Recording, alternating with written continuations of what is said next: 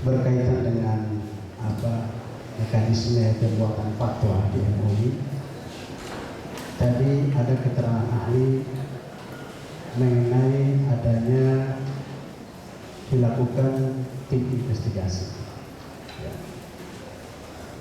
Yang saudara tahu mekanisme dari kerja tim investigasi itu seperti apa? Tim investigasi ini mengambil data-data dari yang kalau diajukan oleh masyarakat, dari yang mengadu dan dari yang teradu. Maka bisa saja tim investigasi yang datang ke rumah teradu atau yang teradunya ini dipanggil datang ke tempat yang ditentukan oleh Majelis Ulama Indonesia. Kalau sudah dipanggil yang teradu ini dan dimintai keterangan, maka keterangan itu digodok oleh tim dalam satu sidang majelis fatwa. Kemudian apabila tidak mau rujuk, maka kemudian ini diserahkan kepada pimpinan umum, ketua umum dan sekjen di kota atau di provinsi atau di nasional. Nah, kemudian akan dikeluarkan fatwa.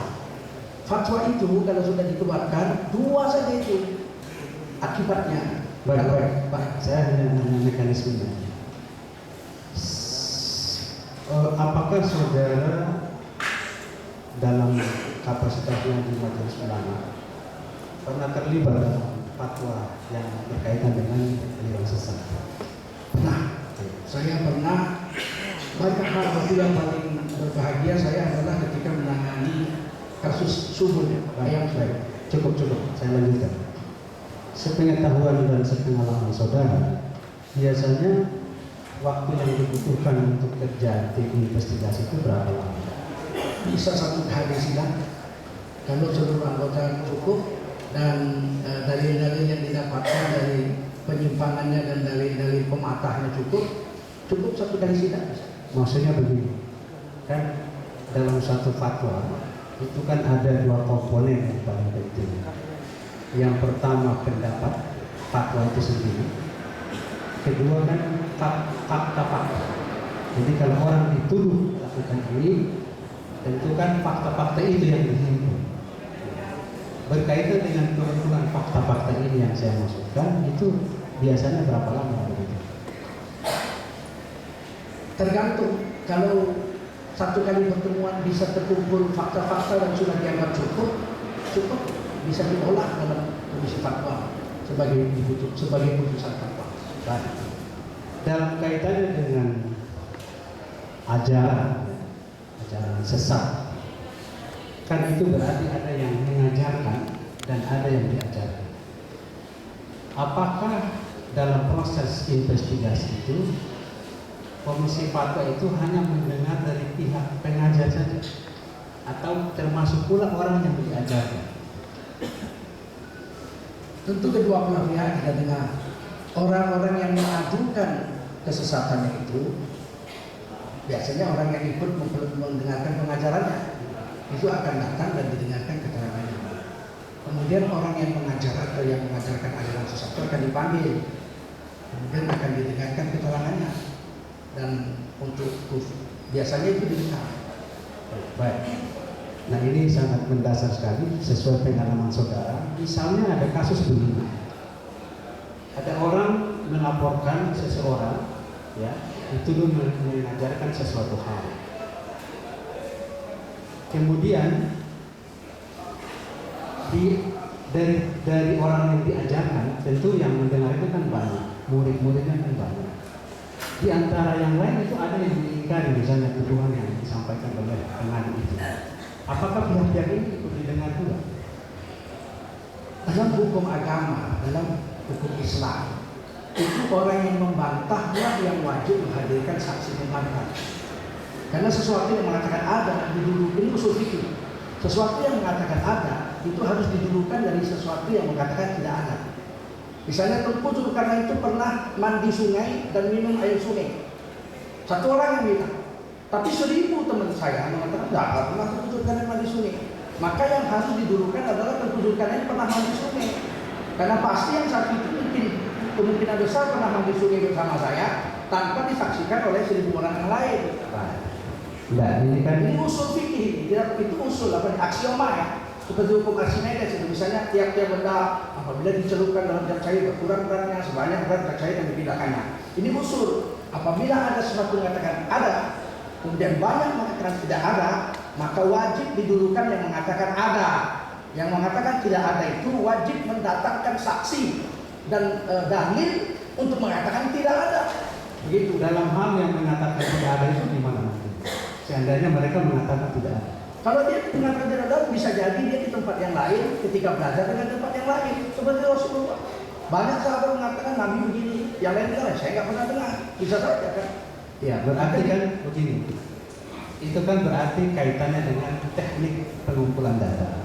Tidak, bisa saja didulukan saja yang mengatakan ada. Yang mengatakan tidak ada itu urusan mereka untuk memperkuat kesaksiannya nanti ketika diperlukan di pengadilan. Bukan, ini kaitannya dengan mekanisme yang harus dilakukan oleh investigasi tadi. Baik, Saya kan gini sebentar. Kan dalam melakukan ini kan berkaitan dengan informasi. Dalam Islam itu kan ada tabayun supaya tidak salah. Jadi harus komprehensif kan gitu. Tidak bisa dari salah satu pihak saja. Pentingnya juga pihak-pihak yang lain. Maksudnya kalau tadi saksi mengatakan didahulukan yang mengatakan ada, nah, terus bagaimana kekuatan dari pihak yang misalnya mengatakan tidak ada itu? Nah, itu dalam mekanisme investigasi seperti apa? Ya. Yang saya ketahui di Sumatera Utara ini kita sudah panggil ketuanya dan sekjennya di Jakarta. Khusus untuk saudara Arifin ini, Arifin ini sudah dipanggil ke MUI, sudah diminta keterangan langsung, yang sudah direkam. Dan tentu saja yang paling kuat pernyataan ada atau tidak itu adalah dari pihak Arifin, langsung pihak nomor satunya. Kalau mengatakan tidak ada yang ini yang itu, bagaimana? Kan repot ini. Yang datang ini kan mengatakan ada, maka kita panggil lah. Setelah dipanggil, majelis kami keberatan karena tadi kan dia masih penasihat hukum masih berandai-andai tadi itu. Misalnya tadi sudah masuk kepada materi, jadi dalam hal itu sudah menyambut masalah fakta. Jadi kami keberatan, majelis. Terima kasih, majelis. Ini kan ini ya, bicara saja keberatan umum. Siap. Ini masalah teknis. Sama pelaksanaan tugas investigasi. Silakan Pak. ya, apabila kemudian ada laporan dari masyarakat, ini terjadi begini-begini, maka masyarakat yang melapor itu maka ada terjadi dicatat semuanya. Kemudian kita panggil orangnya. Ngapain kita panggil pembela-pembelaan? Nggak ada urusan dengan kita kan. Kita panggil orangnya langsung. Dan orang ini memberikan keterangan. Ada laporan begini. Dan keterangan itu direkam. Cukup lah. Ya cukup. baik. Tanya lagi.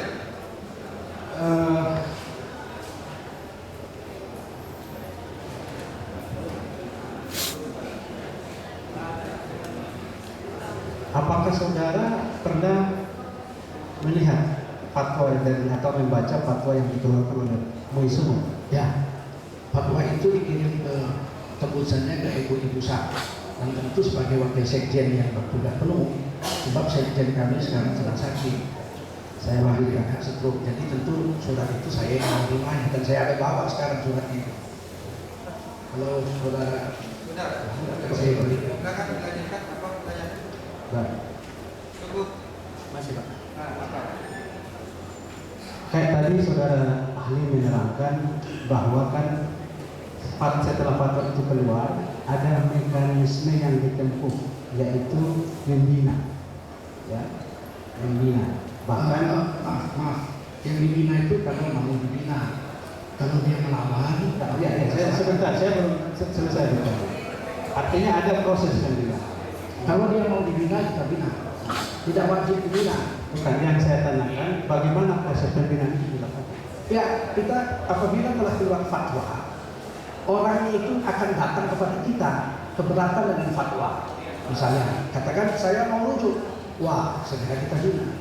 Tapi kalau kemudian orangnya itu menerima surat fatwa itu kemudian melawan, melakukan perlawanan dengan katakan bodoh MUI dan sebagainya, membuat spanduk-spanduk misalnya ini MUI telah melakukan bodoh, fatwa yang bodoh, maka kita akan menyerahkannya kepada pihak hukum. Sebab ini negara hukum. MUI ini perlu diketahui tidak punya hak mengeksekusi hukum. Hak mengeksekusi hukum itu di tangan penegak hukum. Dalam hal ini tentu polisi, jaksa, dan pengadilan. Jadi kita kalau memang tidak mau dibina daripada umat ini rusak, kan tugas kita himmat umat menjaga umat. Jadi begini, Kita serahkan kepada penegak hukum. Pak Ahli, tadi kan saudara mengatakan setelah dibina, kalau tidak akan diserahkan. Tidak, bukan begitu. Setelah keluar fatwa, kalau orangnya mau dibina, kita bina. Kalau orang yang melawan, kita serahkan kepada penegak hukum.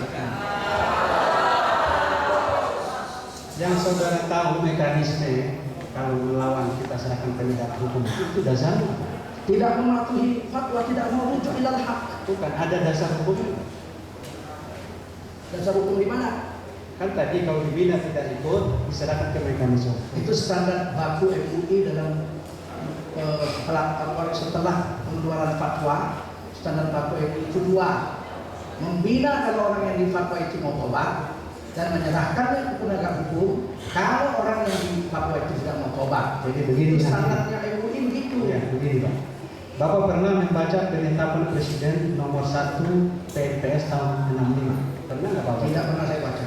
Jadi dalam penetapan Presiden ini berkaitan dengan ajaran sesat itu, di sini pasal 2 dikatakan, barang siapa melanggar ketentuan tersebut dalam pasal 1 diberi perintah dan peringatan keras untuk menghentikan perbuatannya itu dalam suatu keputusan bersama Menteri Agama, Jaksa Agung, dan Menteri Dalam Negeri. Saya mungkin biar saksi yang ahli yang objektif dalam kasus Ahmadiyah itu kan setelah diinvestigasi kemudian dibuat SK 3 Menteri, kemudian kan diperingatkan ada surat. Jadi yang saya tahu dalam kaitannya dengan tidak lanjut fatwa itu tahapan-tahapan itu yang Tidak ada gitu. Saya berikan contoh lain, subur. Itu tidak, setelah keluar fatwa dia tidak mau tobat, kita serahkan ke penegak hukum. Dia tobat, selesai. Ternyata dia memilih tobat, menceraikan 5 istrinya dan memakai 4. Kasus kedua, kasus Cecep yang terbaru ini, nabi palsu di Bandung. Begitu ada laporan, maka MUI Kota Bandung memanggil Cecep, kemudian melakukan tabayun, cross-check, kemudian direkam, kemudian fatwanya keluar bahwa Cecep menyimpang dan sesat karena mengaku Nabi baru setelah Muhammad. Maka polisi langsung tangkap dan sekarang di penjara. Tidak mesti kalau nunggu SKB 3 menteri ada 1000 masalah. Wow, bisa 10 tahun. sekarang saya bertanya lagi kepada Anda. Tadi kan diperingatkan. Itu caranya gimana diperingatkan? Ketika terjadi tabayun, sebelum keluar fatwa, itu sudah dibilang Anda menyimpang. Ini akan keluar fatwa nih. Anda mau tobat nggak? Oh saya nggak mau tobat. Kalau nggak mau tobat, kita proses lah. Keluarlah fatwa. Dilakukan secara tertulis atau tidak tertulis? Apanya? Oh tidak mesti tertulis. Kalau orangnya langsung buat apa tertulis? Langsung ditanya, Anda mau tobat nggak? Kalau Anda mau tobat, ini nggak jadi keluar fatwa nih. Kita bina Anda, tapi Anda wajib dibina. Kita akan mengajar ke sana atau Anda akan mengaji kemari. Tetapi kalau dia menolak, baru nak keluar fatwa. Kalau dalam satu kasus fatwa MUI keluar, berarti orangnya nggak mau dibina. Karena kalau dibina seperti dulu Roy petinju dari Malang, dia katakan sholat boleh pakai bahasa Indonesia, dipanggil oleh MUI Malang. Kemudian dia rujuk. Waduh memang keliru, saya kan bekas petinju Pak, saya cuma mau tobat jadi guru agama, saya pikir lebih khusus pakai bahasa Indonesia. Nah, Anda keliru, mau tobat, nggak jadi keluar fatwa. Artinya dia tidak dibawa ke pengadilan pun. Baik, jadi gini ahli. Karena dia telah mencabut pendapatnya itu. Pak ahli yang saya hormati, kan ahli sudah membaca fatwa. Kalau kaitannya dengan nikah mut'ah, zakat, memang itu akan kita buktikan. Itu tidak pernah diajarkan oleh terdakwa. Ya. Jadi kalau tadi ahli menerangkan hukumnya begini, ya kalau nanti terbukti itu juga tidak ada gunanya sebetulnya. Saya mungkin agak menyoroti tentang masalah penciptaan Nabi Adam. Tadi kan ahli membagi ada hal-hal yang usul, ada hal-hal yang furu'iyah. Saya mungkin memberikan satu analogi. Misalnya kalau kita mengatakan bahwa Nabi Adam itu diciptakan oleh Allah, apakah itu satu dari karakter tadi termasuk furu'iyah atau usul? Usul. Itu rukun iman. Baik. Artinya kalau ada yang mengatakan bukan Allah berarti menyimpang kan? Baik. Kalau berkaitan dengan prosesnya, ya toh.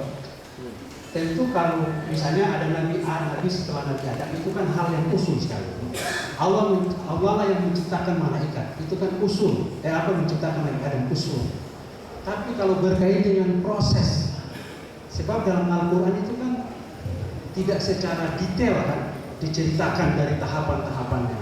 Nah, kaitannya dengan proses itu termasuk usul atau furu? Mengimani Quran ini tidak boleh diterjemahkan pakai analogi yang saudara katakan. Bukan. Yang saya mau tahu kan, beritahu ya. Man fasarul Qur'ana bi ra'yihi falyatabawwa maq'adahu minan nar. Ini hadis Hasan Sahih Tirmidzi. Siapa menerjemahkan atau memahamkan Quran pakai akalnya, ambil tempat duduknya di neraka. Tidak ada satu pun saudara ahli. Saya cuma bertanya pendapat saudara. Apakah penafsiran terhadap proses dalam memahami proses penciptaan Nabi Adam, ya, itu perkara usul atau furu? Itu aja yang saya tanya. Sekarang begini, tergantung keterangan yang diucapkan itu. Saya tanya saja dulu. Oh, itu tergantung bagaimana dia menjabarkan prosesnya itu. Baru dari prosesnya yang dijabarkan itu bisa kita putuskan ini usul atau furu. Misalnya dia katakan Nabi Adam itu diciptakan oleh Allah.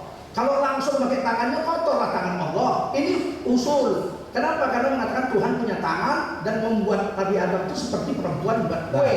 Maka ini usul, ini musyrik. Karena menganggap Tuhan itu berjasad seperti manusia, mujassimah. Tapi kalau dia bilang ketika prosesnya itu Nabi Adam diambillah tanahnya oleh malaikat maut, kemudian Allah lah yang membentukkannya menjadi tubuhnya, kemudian Allah meniupkan ruhnya. Ini masih ketika penciptaan khalaqahnya itu semuanya berada pada Allah. Tapi hanya mengambil tanahnya saja, itu tidak penciptaan. Pak, itu ini saya kira saudara terlalu berkembang jauh.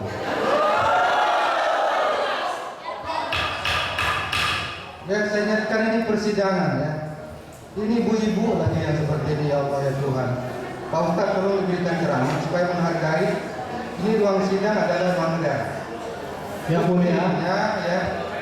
Buktinya di persidangan ini tidak ada Bapak Presiden dan ada lambang Garuda. Mungkin secara agama sedikit silakan Pak diberikan ceramah supaya jangan teriak-teriak gitu. Ya, ibu-ibu, Jaga ketertiban persidangan. kalaupun emosi kita terpancing, kita hanya boleh mengucapkan subhanallah, Allahu Akbar, masya Allah gitu ya. Karena memang maklum saja dalam persidangan ini tentu terjadi perdebatan dan sebagainya. Karena masing-masing pihak kan mau membuktikan dirinya benar. Ya, tentu biasa saja itu, apalagi pengacara membela klaimnya itu maklum. Yang jelas hukum kan berbicara fakta. Ya, jadi cukup dengan subhanallah dalam arti tidak perlu berdiri, tidak perlu tepuk tangan, jadi tidak berakhlak. Ya. Jadi nanti saya bilang tidak berakhlak tersinggung kita. Kita ini orang-orang yang mulia, orang-orang yang tahu agama ya. Kita fisabilillah menegakkan agama sekarang bukan dengan cara begitu. Ya, tolong ibu-ibu, bapak-bapak dijaga. Ya, nanti kalau sudah terpengaruh emosi, tidak lagi objektif persidangan ini kita berdosa. Saya juga berulang-ulang kali mengurut dada, istighfar, menahan supaya saya tidak seperti ini. Tapi sudah 3 kali ya terpaksa saya juga bicara. Padahal bapak-bapak mungkin lebih tua seperti orang tua saya. Sama komisi kita menegakkan agama, ya, menegakkan Al-Quran, hadis, banyak apa yang disebutkan oleh Pak Ustadz ini ya. Kita dalam posisi yang sama. Karenanya tolong dijaga khidmatnya persidangan ini supaya kita tidak sesat. Ya. Kalau sesat nanti ibu juga itu berdosa. Ya. Karena mempengaruhi emosi dan mengkaburkan konsentrasi. Kita sedang konsentrasi mau tanya ini, tentu ada tepuk